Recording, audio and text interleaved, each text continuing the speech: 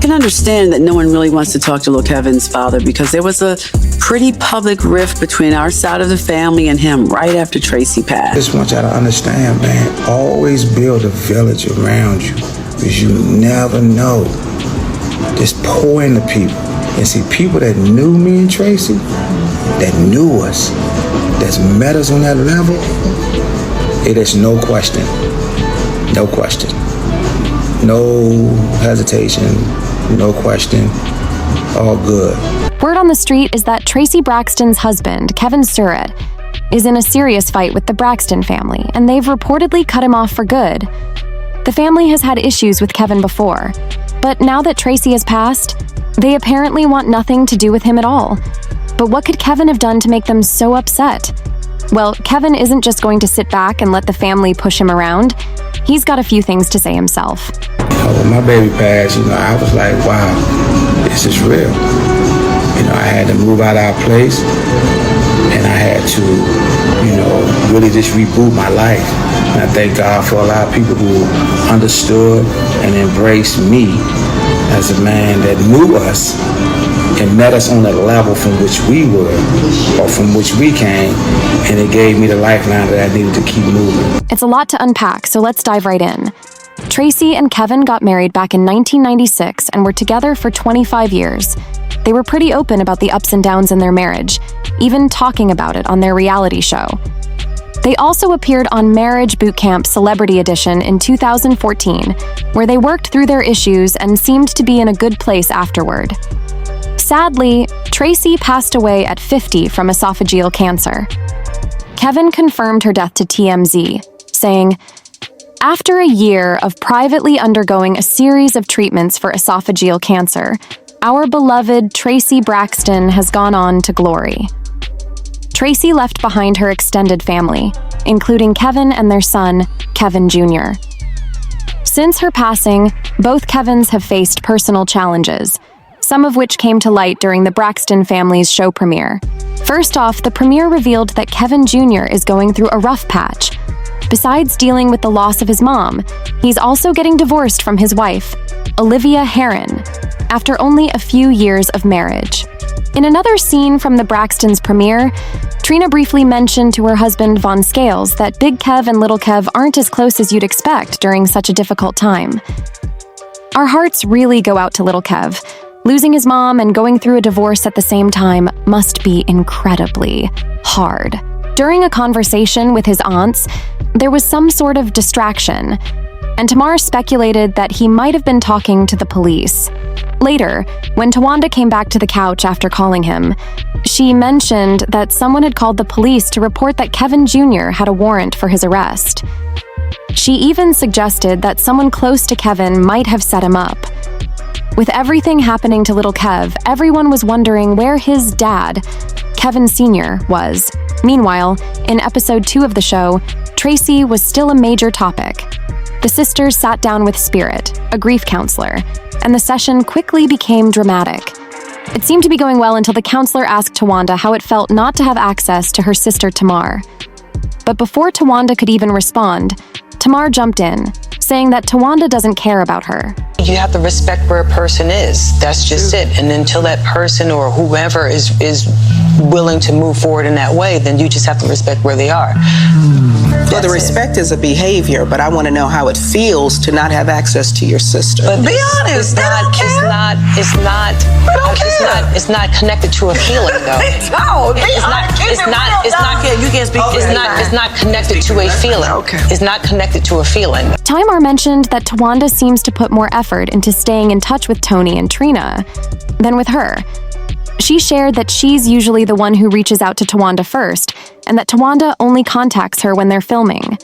Tawanda admitted in the episode that she wasn't sure when she last spoke to Tamar, but she did point out that Tamar didn't reach out to her for her birthday in September, even though they filmed the episode in March.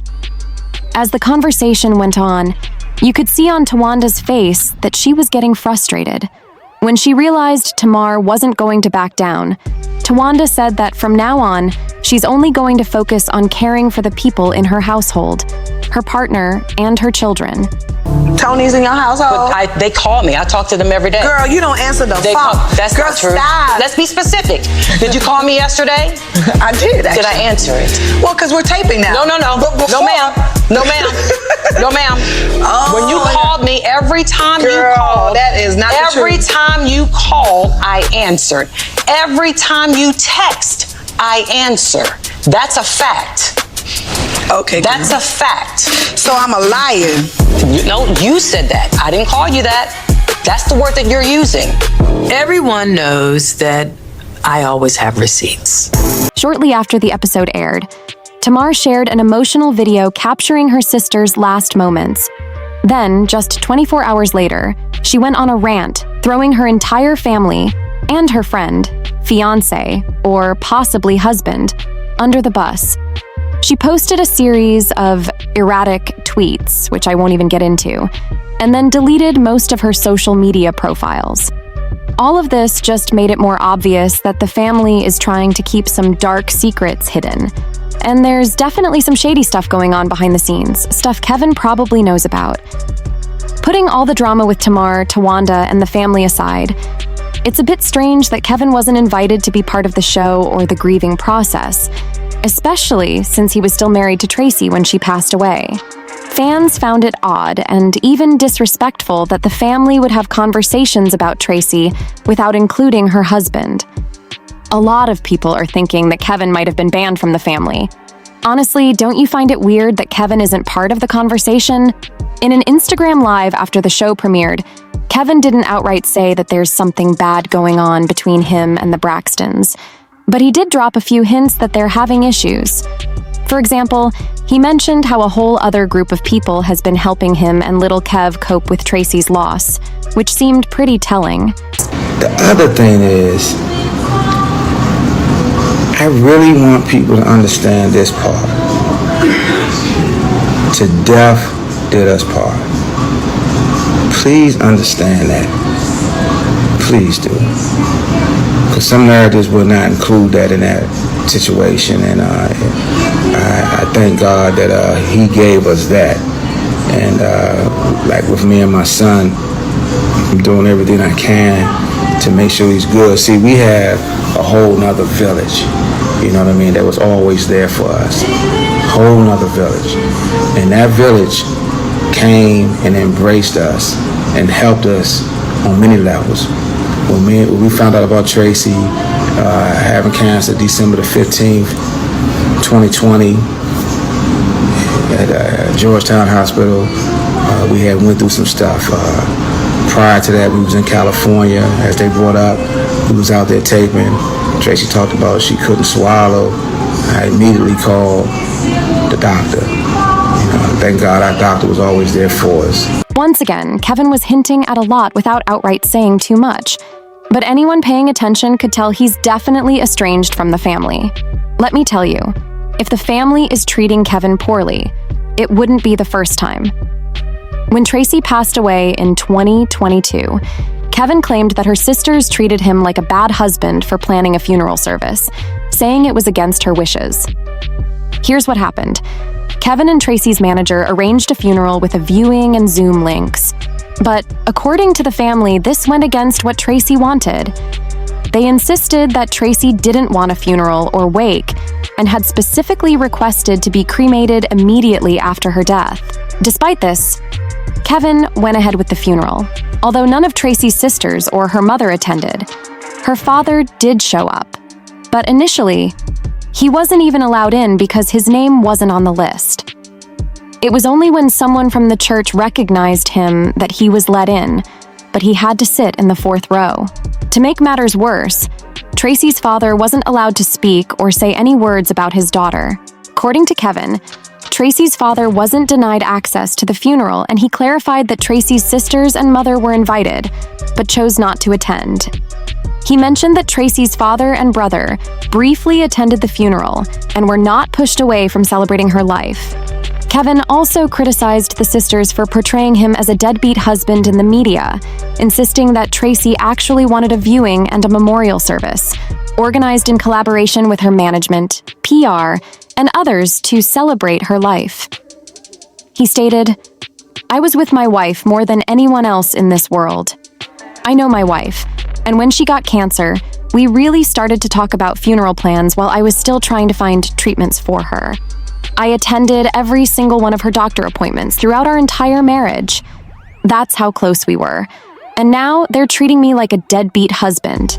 At that time, instead of joining Kevin for the funeral, the Braxton family held their own private memorial on April 2nd, which would have been Traci's 51st birthday. Toni Braxton even appeared on the Tamron Hall show virtually and seemed to confirm the memorial. I'm okay. Today's okay. It's okay. It's not my best day, but it's an okay day, and I'm happy that I'm here, and I'm happy that I get to talk about it. And her birthday's coming up soon on the 2nd, and my sisters and I, we're going to celebrate and have a big Traci Day thingy. Once again, Kevin was left out of the plans, and he told Page Six, "I was never invited. No one sent me any type of invitation. This isn't the first time Kevin has felt excluded. Let me take you back to an incident about 4 years ago, when Traci was still alive. On an episode of their show, Traci called Tawanda a snake and felt that Tawanda's boyfriend was out of line for trying to get the sisters to resolve their issues in Napa Valley. During that time, comments were also made about Kevin Surratt. Tamar criticized him for his criminal record while he tried to stand up for Traci. Later, while watching the episode, Tawanda reacted to Traci saying that Sean is always in the sisters' business. Tawanda responded to a fan asking why Traci went off on Sean at Trina Braxton's wedding by saying, "'Cause she's mad because, unlike her, I have a real man." So, you can see, the family members have always had some pretty harsh things to say about Kevin. Now that Traci is gone, maybe they feel like they no longer have to tolerate him. Or maybe they don't want Kevin spilling all the secrets he knows about the family. Toni is dealing with serious heart issues that could worsen her lupus. Trina is struggling with alcohol and food addiction along with PTSD. And Traci's son is having a tough time and probably needs therapy and support that isn't being shared publicly. Tawanda seems focused on keeping the family's secrets, and even from the few episodes, it's clear she's trying to avoid certain topics. Tamar is, well, Tamar. There's always something going on with her. These are just a few of the things we know about. So you can only imagine what else might be happening behind the scenes. Honestly, this whole show feels like it came back to TV way too soon. The energy might have been better spent on healing and rebuilding the family's foundation. And of course, it doesn't help that they're clearly isolating Traci's husband, Kevin. So far, the episodes have mostly been about dealing with the loss. But do you think it's unfair that they're visibly excluding Kevin from everything related to Traci? What are your thoughts on how he reacted to the show's return? I'm really curious to know, so feel free to share your comments below.